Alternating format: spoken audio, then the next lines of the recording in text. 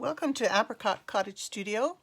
Today is the first in a series for beginner card makers, and we're going to make a beautiful card today. This one would be perfectly suitable for Valentine's Day or just showing your love to someone. And because we're going to start with black and white, you could make this card with any color you like. Black and white goes well with blue, pink, yellow, whatever shade you like. And we're going to use the Last a Lifetime stamp set. I've used this before. It's a nice one for weddings, love, and it's got some really nice fonts on here. And it's in the regular Stampin'Up catalog. And we're going to use the new paper called Love You Always. And it's the black and white paper here in the new catalog. And it comes in 12 by 12 sheets like this.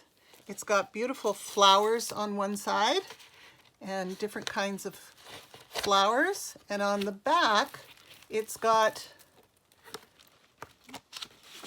dots and triangles and stripes of different widths. So it's perfect for making masculine cards or feminine cards, and you can make a lot of cards with this package of paper, and it's very versatile. So to start with, you're going to need a card base, and I use the Whisper White thick cardstock for a lot of my card bases. And the reason I like the thick cardstock is it's a nice weight. It's very sturdy, and it doesn't look flimsy. It gives you a very elegant feel. So it's a firmer cardstock. In order to cut 12 by 12 or the other paper, you need some way to cut it. You could use just your scissors, but it's much easier if you use a cutting board like this. And you put the paper in. Cardstock is regular size, and you're going to cut it at 5 1/2. Just cut the sheet in half. And this cutting board is two tools in one. It's got a cutting blade and it's got a scoring blade. And a scoring blade just puts a crease in the card, so then when you fold it, it folds really nicely. Okay? You could just fold it in half, try to match the corners if you don't have a scoring board, but the scoring board makes it much crisper and a nice fold. So there's my card base, and now I want to cut a piece of 4 by 5 1/4. This paper has got the flowers on one side and stripes on the other, so it makes a nice contrast. And I'm going to use pink this time. This card I used the red because I had a red ribbon. I had a scrap of pink ribbon, so now I'm going to put a little bit of tape on where I want my ribbon to be. It's going to be at the top of my card. I could put it on the bottom if I wanted to. And I'm going to fold that over.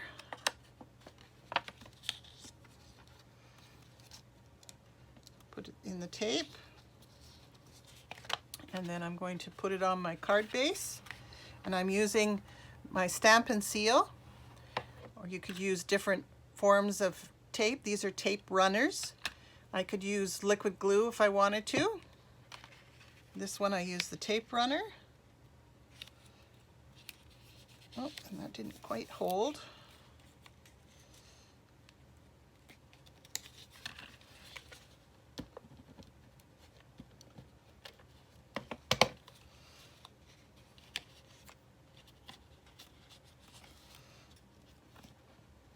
There we go. And I'm going to take a little piece of ribbon and tie a little bow at the top.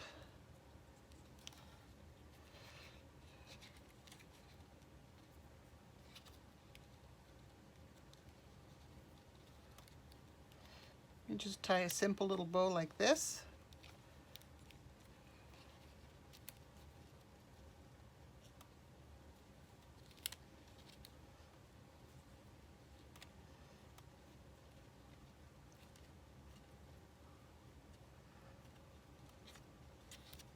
Maybe I'll just use the end.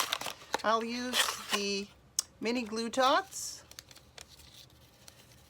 to stick my bow down. They're just like little balls of sticky glue.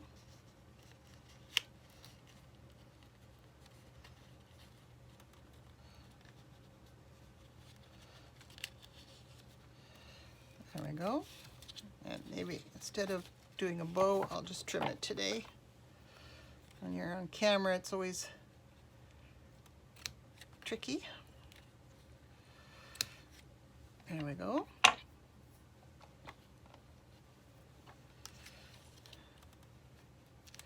Then I've cut out some of the flowers out of the paper, and I've colored them. And a little trick for coloring, you could just color it with one color, but what I do is I use the 3 shades.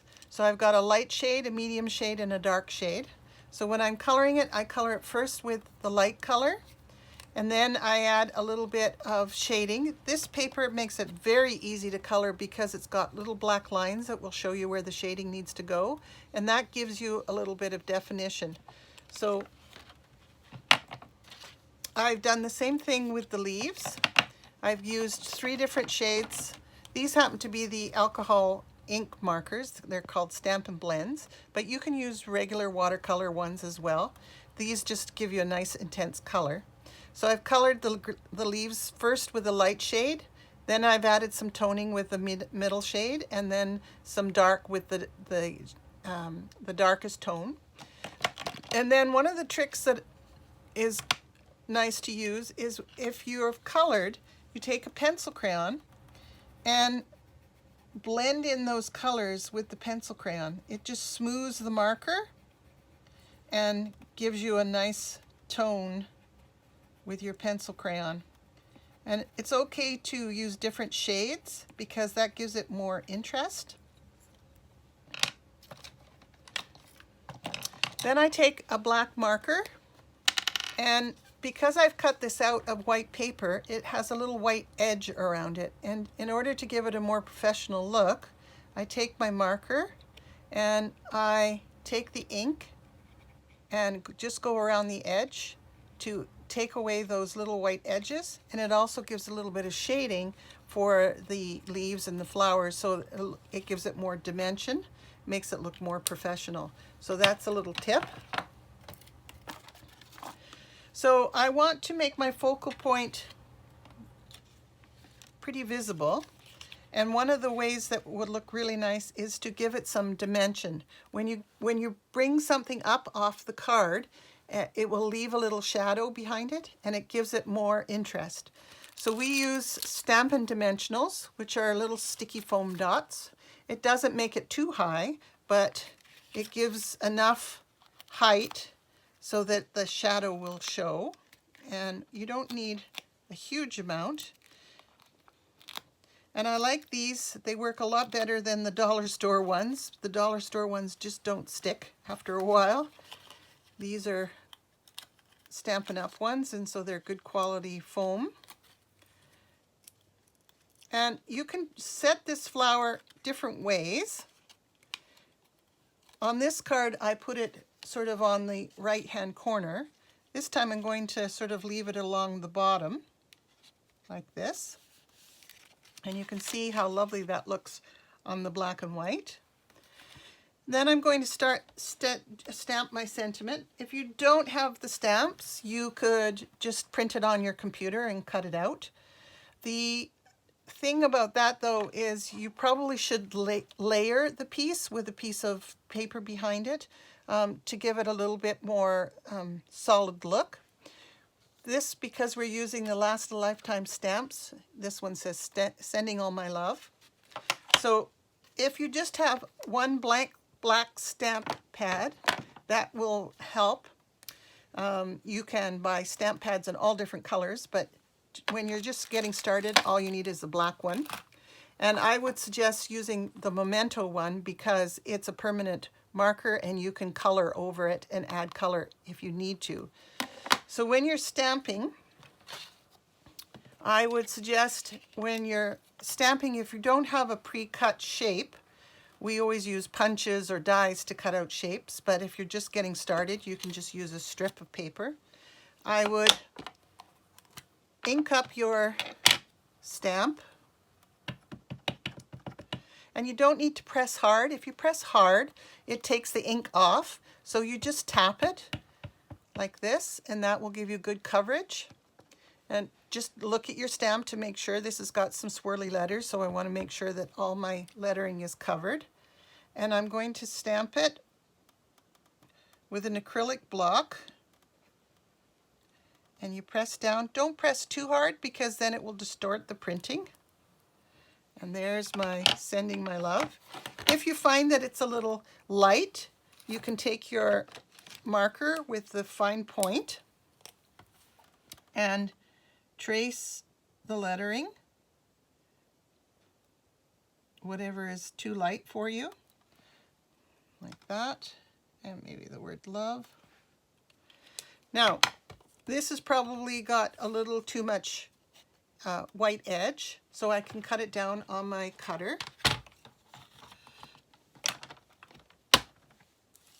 So I line it up on the straight lines, and I'm using my cutting blade like that, and I want to trim the top a little bit. If you've used a long strip, it gives you a little bit more handle. So then I push this against the top, take my scoring blade out of the way, and make it a little bit smaller like that. And that's not straight, so I go back in. I can tell it's not straight because the piece I've cut is a little crooked. So there we go. Move my board out of the way. And then again, I can put my piece right like that. I can tuck it like I did here underneath the flowers. So I'm going to put a little bit of glue on here.